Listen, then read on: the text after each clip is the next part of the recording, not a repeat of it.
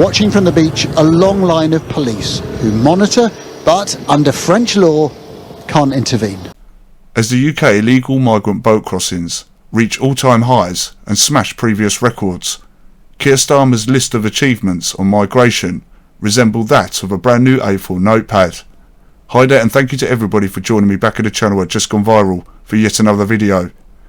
If you're new here, we like to cover news, crime, give analysis, and sometimes tell you information that the mainstream media might not always tell you. So with that being said, please like, share, comment and subscribe, and let's get straight into the video.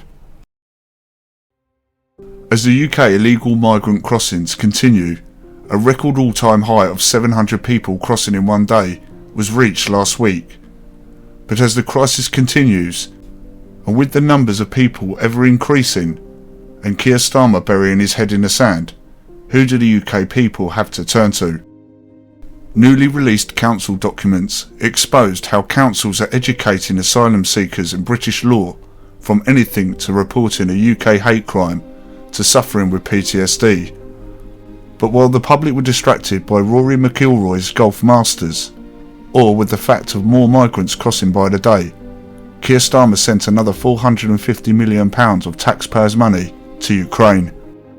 This happens in Calais every day. What they do is ask the asylum seekers to move their tents just a few metres, and if the people are not there, they take their belongings, the tents, personal items, telephones, clothes and sometimes their papers.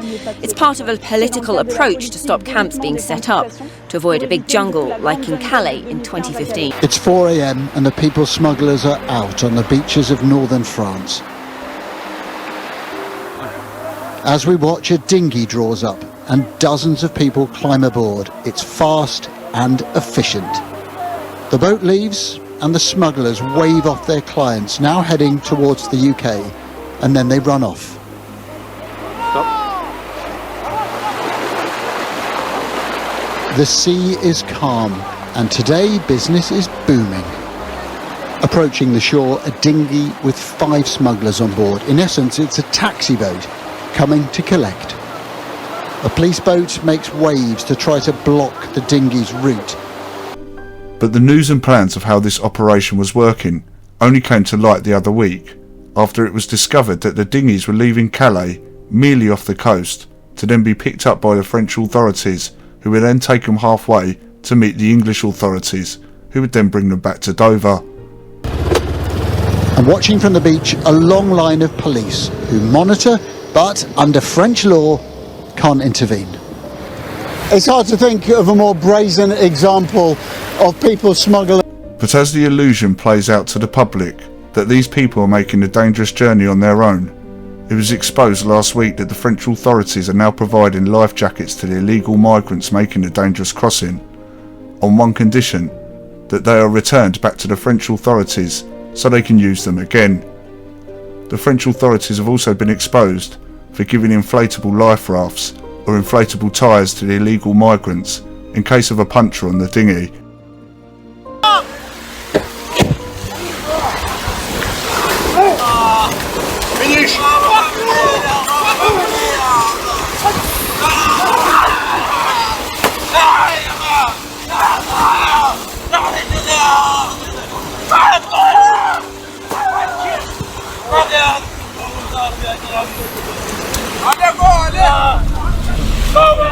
More than 100 people boarded a small vessel and are attempting to make the crossing over to the UK. There's a game of cat and mouse on the beach here, and now you can see the packed vessel is about to take off.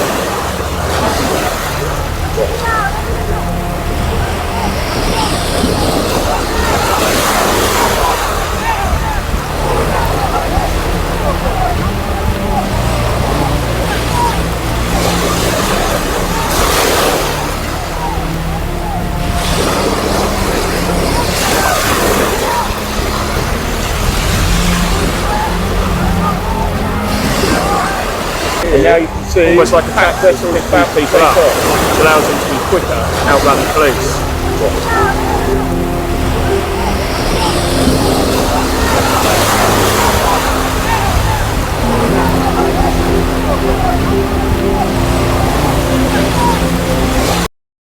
But migrants have complained to the Home Office that the application process for asylum seeking has had a knock-on effect on their mental health.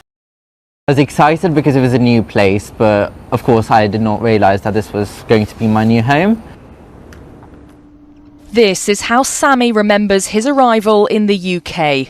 Fleeing political persecution with his family, he was just 10 years old. Now, aged 21, the physical risk to his life is behind him, but mentally it was a different story. When I started sixth form, my mental health really took a dive, primarily because I did not know what the next steps were. I was here for a decade and that did not qualify me to have the right to work just because I was independent under someone else's claim, and I think that was one of the biggest reasons I ended up in A&E struggling with my own mental health and suicide ideation, was because of the challenges I was facing because of being in the system. So you've got your refugee status through. With the help of a leading UK charity, he's now able to work, the thoughts to end his life behind him. But for many like him who come through this kitchen, that's not the case. The current system for processing refugees and asylum seekers is consistently undermining and damaging asylum seekers' mental health and leading to increased risk of suicide. The government refuses to even track the number of refugees and asylum seekers dying by suicide. What are you calling on the government to do about this? We would like the government to make sure that when there is a suspected death by suicide, the migration status is noted. The call comes after asylum applications reached the highest yearly figure since records began. More than 108,000 people applied for asylum in the UK last year. That's up 18% from over 91,800 people in 2023. Responding, a Home Office spokesperson said, "We take the welfare of those in our care very seriously. We certainly have no intention of creating a fast-track process so that people who come to the UK outside the established work visa rules are simply allowed to ignore them." In our new report over here, for Sammy, there's finally an end to an application process 10 years in the making. But warnings remain about how a system designed to ensure people's safety is making some feel anything but. As people took to the street to show their frustration and were branded far right for attacking asylum seekers in hotels, asylum seekers are now being educated in UK law by the councils and are now in the process of claiming compensation for mental health problems for PTSD from the attacks on the hotels.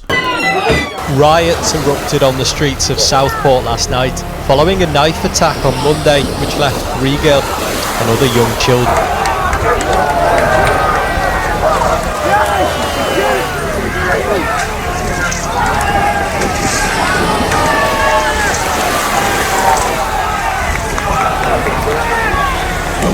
Stumped over and stumped over. We've tipped over violent one here. They're in there. Go in there!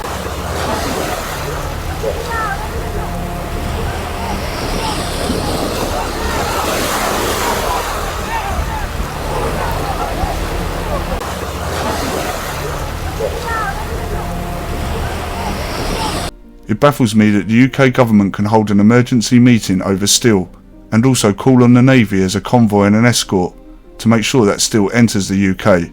But when it comes to the illegal migrant boats, the Navy are nowhere to be seen. Don't forget to share and like the video, and if you haven't already, smash subscribe. Take care of yourselves and each other, and I'll see you in the next video.